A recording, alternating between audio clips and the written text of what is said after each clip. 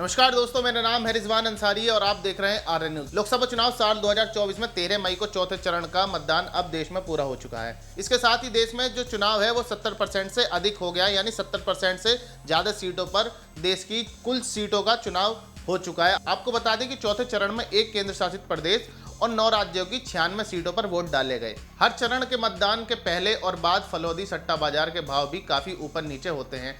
अब तक 4 चरणों में लोकसभा की आधी से ज़्यादा सीटों पर वोट डाले जा चुके हैं। ऐसे में फलौदी सट्टा बाजार के सामने आए नए आंकड़ों ने भी सबको चौंका दिया है। देश में तीसरी बार मोदी सरकार और अब की बार 400 पार भाजपा वाले भले ही यह दावा करते हो, मगर चुनावों में सटीक अनुमान के लिए पहचान बना चुके राजस्थान के फलौदी सट्टा बाजार इससे आधा ही इत्तेफाक रखते हैं। और फलौदी सट्टा बाजार के अनुमान में से कौन सही साबित होगा, इसका पता तो 4 जून को मतों की गिनती के बाद ही लग पाएगा।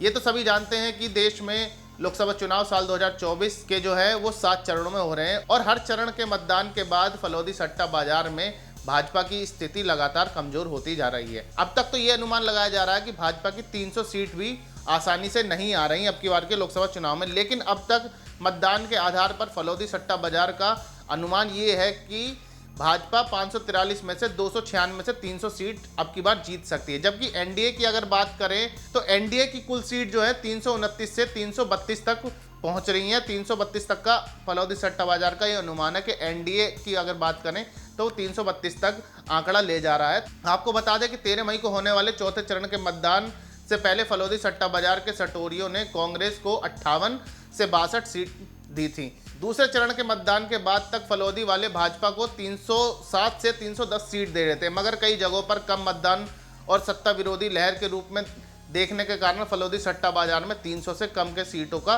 भाजपा का अनुमान भी लगा। अब इसमें जानते हैं कि फलौदी सट्टा बाजार ना राज्यवार भाजपा को कितनी कितनी सीटें देती हैं। देखिए, गुजरात में बात करें तो गुजरात में से भाजपा को मिल रही है 26 सीट, मध्य प्रदेश में 27 से 28 सीट, राजस्थान की बात करें तो 18 से 20 सीट, वहीं उड़ीसा में 11 से 12 सीट भाजपा के खाते में आ रही है, पंजाब में 2 से 3 सीट और तेलंगाना में 5 से 6 सीट भाजपा को मिल रही हैं। वहीं अगर हम हिमाचल की बात करें तो हिमाचल में 4 सीट भाजपा के खाते में आ रही हैं, पश्चिम बंगाल में 20 में से 22 सीट आ रही हैं, छत्तीसगढ़ में से 10 से 11 सीट आ रही हैं और उत्तराखंड की बात करें तो 5 सीट भाजपा के खाते में आ रही हैं। वहीं अगर दिल्ली की अगर हम बात करें, क्योंकि दिल्ली एक ऐसी स्टेट है, ऐसी यूनियन टेरिटरी है जिसमें 7 सीट है और यहाँ पे फलौदी सट्टा बाजार वालों का आकलन ये है कि यहाँ पे 6 से 7 सीट भाजपा को मिल रही है।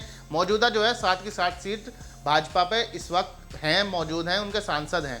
वहीं अगर हरियाणा की बात करें तो हरियाणा में 5 से 6 सीट फलौदी सट्टा बाजार वाले बता रहे हैं कि अब की बार मिलेगी। उत्तर प्रदेश जो सबसे अहम सूबा है, उत्तर प्रदेश में फलौदी सट्टा बाजार मार्केट वालों की ये अब की बार दावा है कि 64 से 65 सीट भाजपा को मिलने जा रही हैं। वहीं झारखंड में 10 से 11 सीट भाजपा के खाते में आ रही है, तमिलनाडु में 3 से 4 सीट जो है भाजपा को मिल रही हैं।